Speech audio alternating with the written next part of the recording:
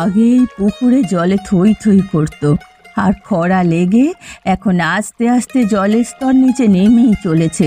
না জানি কবে জল শুকিয়ে যায়। কি করে আমার কাকিমা, একা একা কি কথা কইছো তুমি? জলের সাথে আলাপ জুড়েছ মনে হচ্ছে।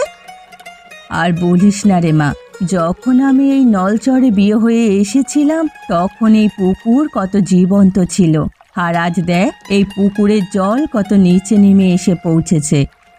জমা কাকিমা ভুল কিছু বলেনি। আমার বিয়ে হয়ে এই গায়ে আসার পরে আমি এত জল না দেখলেও ভালোই জল ছিল, কিন্তু দিনে দিনে কেমন জল নিচে নামতে শুরু করেছে। জানি না আমাদের কপালে কি লেখা আছে। হতদরিদ্রের গায়ে খাবারের কষ্ট তো আছেই, সেই সাথে জলের কষ্ট শুরু হবে বলে মনে হচ্ছে। একই তো চারিপাশে খরা লেগেছে, মানুষের জমি শাক সবজি সব শুকিয়ে গেছে, তার মধ্যে যদি এই জলও শুকিয়ে যায় তবে আমাদের উপায় কি হবে দিদি?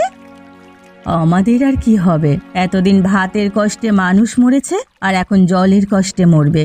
দিনে দিনে এই গায়ের মানুষ সব খাবার আর জলের অভাবে মরবে। আমাদের এখন কি করণীয় কি কাকিমা? আমাদের খেয়ে পড়ে তো বাঁচতে হবে, না হলে আমাদের মতো চা পোষা মানুষ যাবে কোথায়? জানি না রে মা, শেষমেশ কপালে কি লিখে রেখেছেন বিধাতা তা কেবল তিনিই জানেন। আকাশে আজ সূর্যটা কেমন ঝলসানো হয়ে আছে দেখেছো? সকাল শুরু হতে না হতেই কি তাপ দিচ্ছে, না জানি সারাদিন আজ কেমন গরম পড়বে।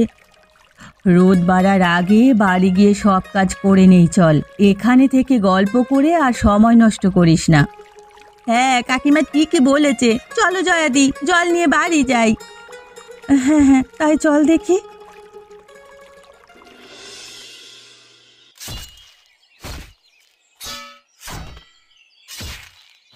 সকাল হতে না হতেই সূর্যটা কেমন তাপ দেওয়া শুরু করেছে দেখেছিস গোপাল? আমার তো মনে হচ্ছে না এই তাপ বাড়লে আর মাঠে টিকতে পারবো। আর কত কাকাবাবু, আমরা জোয়ান মানুষ এই তাপ সহ্য করতে পারছি না, আর তোমরা তো আস্তে আস্তে তোমাদের বয়স বাড়ছে, কি করে সহ্য করবে বলো তো? যেভাবে এবার খরা লেগেছে মনে হচ্ছে না আর কোনো শস্য ফলাতে পারবো এই জমিতে। জল দিলে জল থাকে না, আর এখন মোটরের মেশিনগুলো দিয়ে জল উঠতে চায় না। আমাদের তো আর কোনো উপায়ও নেই কাকা, গায়ে মাত্র একটা পুকুর আছে, তাও তার জল নিচে নেমে আসছে দিন দিন। মানুষ খাবার না পেলেও জল ছাড়া তো বাঁচবে না। নতুন করে পুকুর খনন করেও তো লাভ হবে না, মাটির নিচে যেন কোনো জলই নেই, সব জল যেন ধরনী শুষে নিয়েছে। মাঠে ঘাটে চাষবাসের অবস্থাও খুব একটা ভালো না, এমন করে চলতে থাকলে আমাদের সবাইকে তো এই গ্রাম ছেড়ে চলে যেতে হবে। এই বাপ দাদার ভিটে ছেড়ে আমরা যাব কোথায় বল দেখি? আর আশেপাশের সব গাঁই তো একই অবস্থা, এক নরক থেকে বেরিয়ে আর এক নরকে যেতে হবে, সব গাঁয়ের অবস্থা এমন। একে তো জমির ফসল হচ্ছে না, আমরা চেষ্টা করে যাচ্ছি, তার উপর সূর্যের এমন প্রখর তাপ, মানুষ এই তাপ সহ্য করতে না পেরে তো অসুস্থ হয়ে যাবে। ও পাড়ার গয়া বুড়ি তো খুব অসুস্থ হয়ে আছে শুনলাম, এই সূর্যের তাপে নাকি ভিক্ষে করতে বেরিয়েছিল, পথের মধ্যে অজ্ঞান হয়ে পড়েছে, এই যে পড়লো আর নাকি উঠতে পারেনি, এখন নাকি শয্যাশায়ী হয়ে আছে। এভাবেই দেখবে কবে বুড়িটা মরে যাবে। এই তিন কুলে তো আপন বলতে কেউ নেই তার, এইভাবে এই অবস্থায় তার দেখাশোনা করবে কে? সে কি হারান কাকা, কি হয়েছে তোমার? এভাবে বসে বললে কেন হঠাৎ? হ্যাঁ, শরীর খারাপ লাগছে নাকি? হ্যাঁ রে গোপাল, সূর্যের তাপটা আমি আর নিতে পারছি না, আমার মাথাটা কেমন যেন ঘুরে গেল হঠাৎ করে, মনে হচ্ছে আজ আর কাজ করতে পারবো না রে। তোমার কি অনেক শরীর খারাপ লাগছে কাকা? বেশি খারাপ লাগলে আজকার কাজ করতে হবে না, বরং চলো তোমায় বাড়ি দিয়ে আসি। কিন্তু আমার যে জমির আল কোপানো বাকি আছে এখনো কিছুটা। সে নিয়ে তুমি কোনো চিন্তা করো না কাকা, আমি কালকে সকাল সকাল এসে তোমার কাজ করে দেবক্ষণ। এখন চলো দেখি তোমাকে বাড়ি দিয়ে আসি।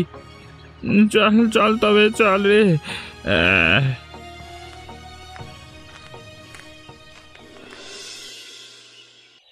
এই চাল আগে রান্না করার আগে জল দিয়ে কতবার ধুয়ে নিয়েছি, আর এখন জলের কষ্টে কোনো রকমে একবার ধুয়ে রান্না চড়িয়ে দিই। কবে যে এই কষ্ট থেকে পরিত্রাণ পাবো সবাই কে জানে।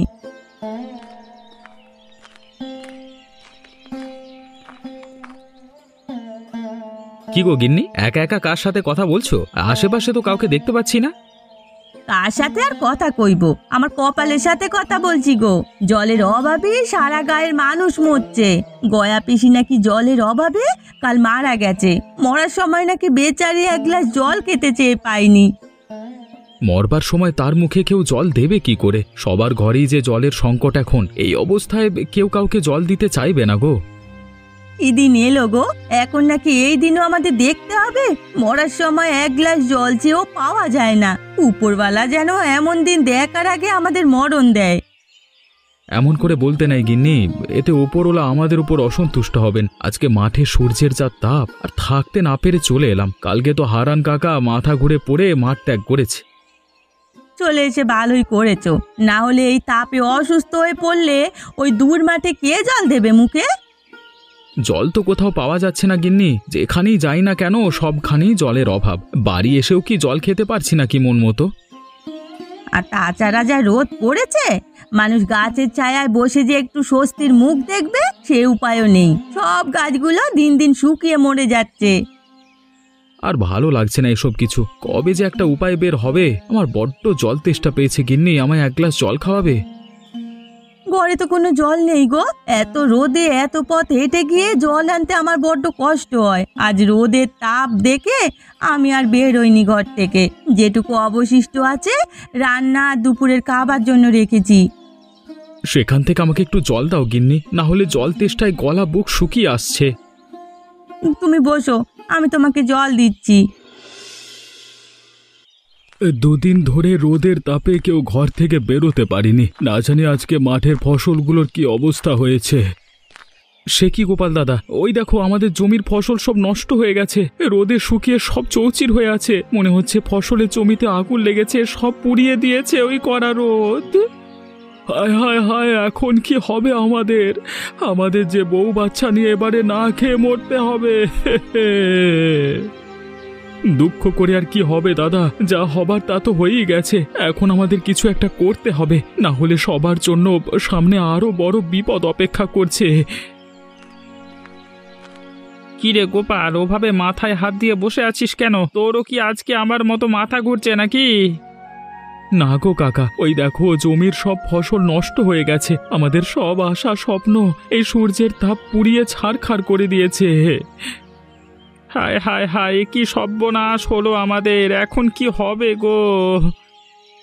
দুঃখ করে লাভ নেই কাকা, যা হবার তা তো হয়েই গেছে। এখন এই খরার হাত থেকে বাঁচবো কি করে আমরা? শুনেছি খরা লাগলে গায়ে নতুন বিয়ে হলে খরা কেটে যায়। আমাদের গায়ে একটা বিয়ে দরকার। বিয়ে হলেই সব ঠিক হয়ে যাবে? মা ঠাকুমার থেকে তো সেটাই শুনেছি ছোটবেলায়, কিন্তু আমলে নিইনি কখনো। তাহলে ভাবো আজই সব ঠিক হয়ে গেছে। কিভাবে ঠিক হবে? আমাদের তপন তো বউ নিয়ে আজকে শহর থেকে গ্রামে আসছে। নতুন বিয়ে করেছে কালকে, আর আজই গ্রামে আসছে। তাই নাকি? তপনের তো তিন কুলে কেউ নেই। ওর বউকে বরণ করবার আয়োজন করতে হবে। চলো চলো, সবাই সেই ব্যবস্থা করি গিয়ে। হ্যাঁ, তাই চলো তবে।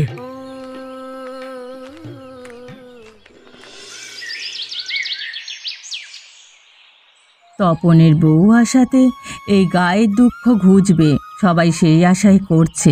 মেয়েটা কেমন তাকে জানি। ও মেয়ে লক্ষ্মী হলেই না গায়ের মঙ্গল, না হলে তো আরো অমঙ্গল কাকিমা। থাক থাক, এসব কথা বলো না দিদি। শুভ শুভ চিন্তা করো, তাহলে সব ভালো হবে। সব কিছু ভালোই ভালোই কেটে যাক। তপন যে শহুরে মেয়ে বিয়ে করেছে, ওই মেয়ে কি বুঝবে এসব আচার বিচার? কি জানি, আমার তো মনে হয় না এসব ধার ধারার মেয়ে সে হবে। এই হলো আমার বাড়ির গিন্নি, আমি ছাড়া আর কেউ অবশিষ্ট নাই এখানে। আর আমরা বুঝি তোর কিছু হই না, আমাদের এত পর ভাবিস তুই? ও মা, কাকিমা, বৌদি, তোমরা? কেন ভাই, বিয়ে করে বউ আনছো, তার বরণ করে ঘরে তুলতে হবে না নাকি? আমরা ছাড়া সে কাজ কে করবে শুনি? বুঝেছি, আমাদের সে আপন ভাবে না দিদি। চলো তবে আমরা চলে যাই। ছি ছি, কি বলছেন আপনারা? আসার সময় সারা পথ আপনাদের গল্পই বলেছে আমাকে। বাড়ি আসা মেহমান এভাবে বিদায় নিলে বাড়ির যে অমঙ্গল হবে। বাবা, তুমি দেখছি আচার নিয়ম সব ভালোই জানো তাহলে। শুধু জানে না, মানুষের সমস্যারও সমাধান করে আমার গিন্নি। তাই তো ওর নাম খনা। খনার বচনের মতো তার কথা সবাই শোনে। ওমা, শহরে থেকে কিভাবে এসব সম্ভব? ও শহরে থাকে না কাকিমা, গঙ্গানগরে আমি একটা কাজে গেছিলাম, সেখানেই ওকে প্রথম দেখি। আর সেখান থেকেই আমাদের বিয়ে অবধি করায় আর কি। যাক, তাহলে ভালোই হলো। কি বলো তোমরা, আমাদের গায়ে একটা খনা পাওয়া গেল। তবে আমাদের বিপদ থেকে উদ্ধার করো তুমি ভাই। অবশ্যই আমি চেষ্টা করে দেখব। সে পরে দেখা যাবে খন। নতুন বউকে এভাবে দাঁড় করিয়ে রাখবো আর কতক্ষণ? বরণ করে ঘরে তুলি চল। ওদিকে তোর কাকা বাবুরা সবাই মিষ্টি আনতে গেছে। এসে যদি দেখে এখনো নতুন বউ বরণ হয়নি, তাহলে বকা দেবে। হ্যাঁ হ্যাঁ, বরণ করা শুরু করো কাকিমা।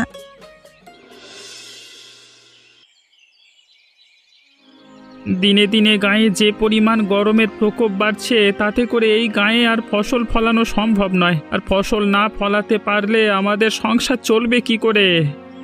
শুধু কি ফসল, সেই সাথে খাবার জলেরও সংকট দেখা দেবে। পুকুরের জল দিনে দিনে কমে আসছে। আমাদের অতি শীঘ্রই কিছু একটা করতে হবে।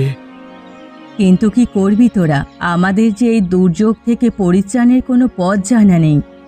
আমার মনে হয় নতুন বউয়ের থেকে আমাদের সবার পরামর্শ নেওয়া দরকার। নতুন বউ আবার আমাদের কি পরামর্শ দেবে? সে শহরের মেয়ে, সে কি এসব বুঝবে নাকি? না রে বিমল, এ যে সে মেয়ে নয়। এই মেয়েকে তার গায়ের সবাই খনা বলেই চেনে। খনার বচনের মতো তার কথা সত্যি হয়ে যায় নাকি? কি বলো কি? আমি তো জানতাম সে শহরের মেয়ে। তাহলে তাকে ডেকে আনার ব্যবস্থা করো, তার মুখ থেকে শুনি আমরা। সে তোমার বলতে হবে না কাকা। আমি কমলাকে পাঠিয়েছি তপনের বউকে ডেকে আনার জন্য। কিন্তু নতুন বউকে এভাবে আমাদের মাঝে পরামর্শ করতে ছাড়বে তপন?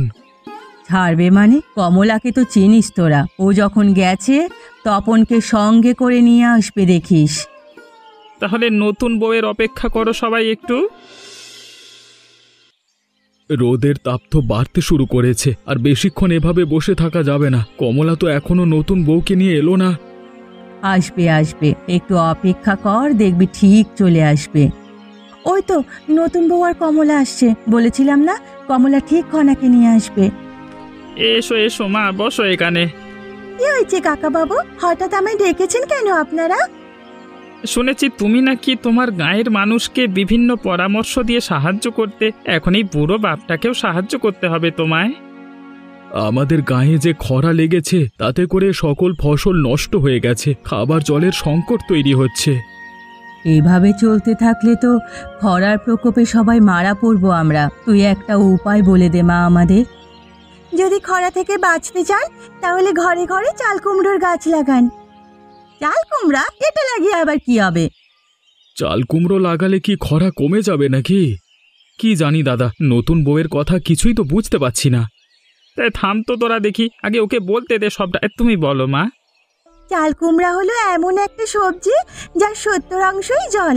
আর ঘরের সাথে লাগালে এই গাছ ঘরের চালে ছাউনি হয়ে ঠান্ডা হবে ঘর। তাছাড়া পাকা চাল কুমড়োতে যে জল পাওয়া যাবে, সেটা আপনারা খাওয়ার জন্য ব্যবহার করতে পারেন। আসলেই তো খুব সুন্দর বুদ্ধি দিয়েছিস খনামা তুই। শুধু তাই নয়, খিদে নিবারণের জন্য চাল কুমড়া সবজি হিসেবে সবাই রান্না করে খেতে পারবে। বাহ, খনার বচন কেন বলে মানুষ সেটা এখন বুঝেছি। আজকেই সবাই যার যার বাড়িতে চাল কুমড়ো গাছ লাগানো শুরু করো তাহলে। আমি এখন আসি, তবে ওনার জন্য খাবার বানাতে হবে। ঠিক আছে মা, বিকেলে আমরা সবাই তোর কাছে যাবো খন। গিন্নি, চারপাশে গর্ত তো করলাম, যা বীজ এনেছি তাতে হয়ে যাবে না? হবে বই কি, হয়ে আরো থেকে যেতে পারে। তাই তো চারপাশে এত গর্ত করতে বললাম তোমায়। এবার ঘরে একটু ঠান্ডা বিরাজ করবে। খনার কথা শুনে মনটা ঠান্ডা হয়ে যায়। যাক, তপনের বউয়ের কথায় যদি আমাদের এই বিপদ কাটে। কোনোভাবে এই খরা কাটলেই বাঁচি। এই খরার জন্য আর কিছু ভালো লাগছে না। এখন দাও দাও, সব কটা গর্তে চাল কুমড়োর বীজ লাগিয়ে দাও, আর সময় মতো জল দেবে কিন্তু। সে তোমাকে বলতে হবে না, একবার খালি গাছ বের হতে দাও। এমন পরিচর্যা করব যে দেখবে সবার থেকে আমাদের গাছগুলো ভালো হবে।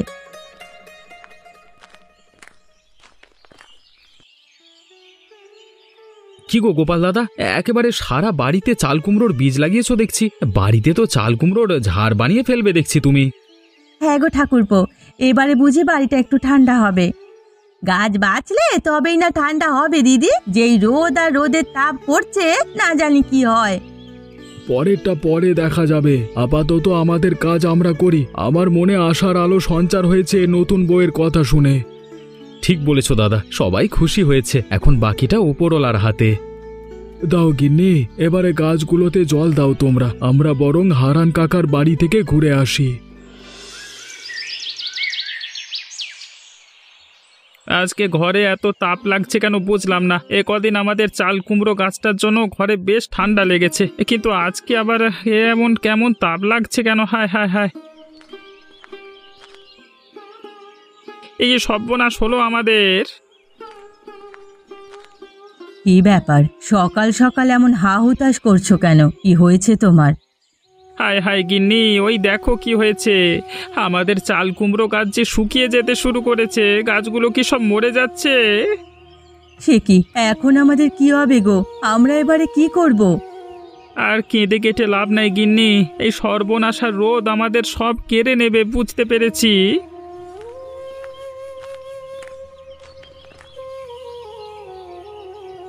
হারান কাকা, আরে ও হারান কাকা, আমাদের যে সব শেষ হয়ে গেল। গাছগুলো কি সুন্দর বেড়ে উঠেছিল, আর আজকে দেখি সব মরে গেছে। আমাদের গুলো তো এক এক করে সব মরে গেছে, এক রাতে সব শুকিয়ে গেছে। এখন আমাদের কি হবে কাকিমা? জানি না রে মা, আমাদের মনে হয় না এবারে আর কিছু হবে। বুঝতে পেরেছি, এই খরা আর রোদের তাপ আমাদের জান নিয়ে ছাড়বে। এখন একটাই উপায় আছে, সবাই আবার খনা মায়ের কাছে যাই, চলো। ঠিক বলেছ, খনা মা যদি কোনো উপায় বলে দিতে পারে তাহলে সেটা প্রয়োগ করে দেখা যেতে পারে। তাহলে আর দেরি নয়, সকলে তপনের বাড়ি যাই, চলো।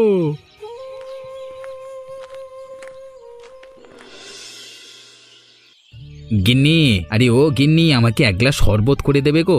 সকাল থেকে তেষ্টায় গলাটা শুকিয়ে আসছে।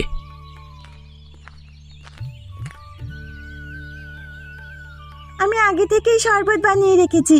এই গরমে লেবু শরবত খেলে শরীর ঠান্ডা থাকে, আর সেই সাথে শরীরের সব বিষাক্ত পদার্থ বেরিয়ে যায়। তা তুমি ঠিকই বলেছ গিন্নি।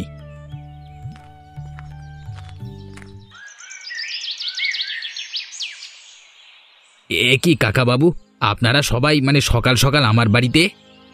খনা মায়ের কাছে এসেছি পরামর্শ করতে। আমাদের সব চাল কুমড়ো গাছগুলো যে মরে গেছে মা, এখন আমরা কি করব বলো তো? তোমার কথাতে আমরা আবার আশায় বুক বেঁধেছিলাম, কিন্তু এই রোদের তাপ আর খরা আমাদের সে আশায় একেবারে জল ঢেলে দিল। এখন আমরা কি করব?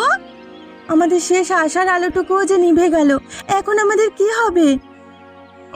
শান্ত হও তোমরা, আগে নতুন বউ কি বলে সেটা মনোযোগ দিয়ে শোনো। আমাদের আবার একটা উপায় বলে দাও মা, না হলে যে আমাদের না খেয়ে মরতে হবে এবারে। আচ্ছা, সূর্যের তাপে যেহেতু চাল কুমড়ো গাছ হচ্ছে না, সেহেতু আপনারা এক কাজ করুন। কি কাজ? আপনারা মাটি খুঁড়ে মাটির নিচে সুড়ঙ্গ বানান, তার মধ্যে চাল কুমড়োর চারা বপন করুন, তাহলে মাটির নিচে আর গাছ তাপে শুকিয়ে যাবে না। এটাতে কাজ হবে? হবে, আমার ঠাকুমা বলতো মাটিতেই ক্ষয় মাটিতেই জয়। আপনারা এবার নিরাশ হবেন না আশা করি। ঠিক আছে, চলো তবে এখনই সবাই কাজ শুরু করে দিই। আমরা এখন আসি মা।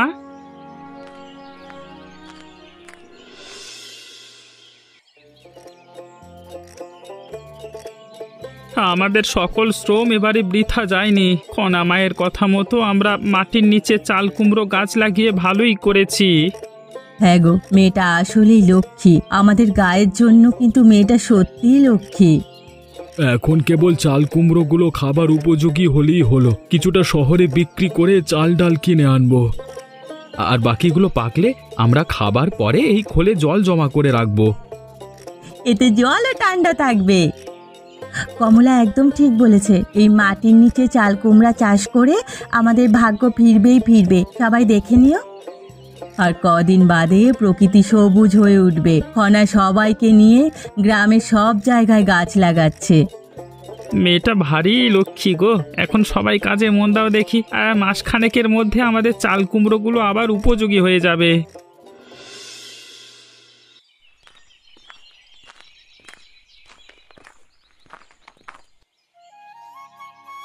রমা কাকিমা, ও রমা কাকিমা, কোথায় গেলে তুমি? আজ কি ঘরে চাল ডাল আসার আনন্দে কাকিমা ঘুমিয়ে নিচ্ছে নাকি একজোট? আরে না লো মেয়েরা, আজ আমার বড্ড খুশি খুশি লাগছে, তাই ভাবলাম এই খুশিতে খনাকে দুটো চাল কুমড়ো দিয়ে আসি। তা তুমি একা যাবে কেন শুনি? আমাদেরকেও নিয়ে চলো।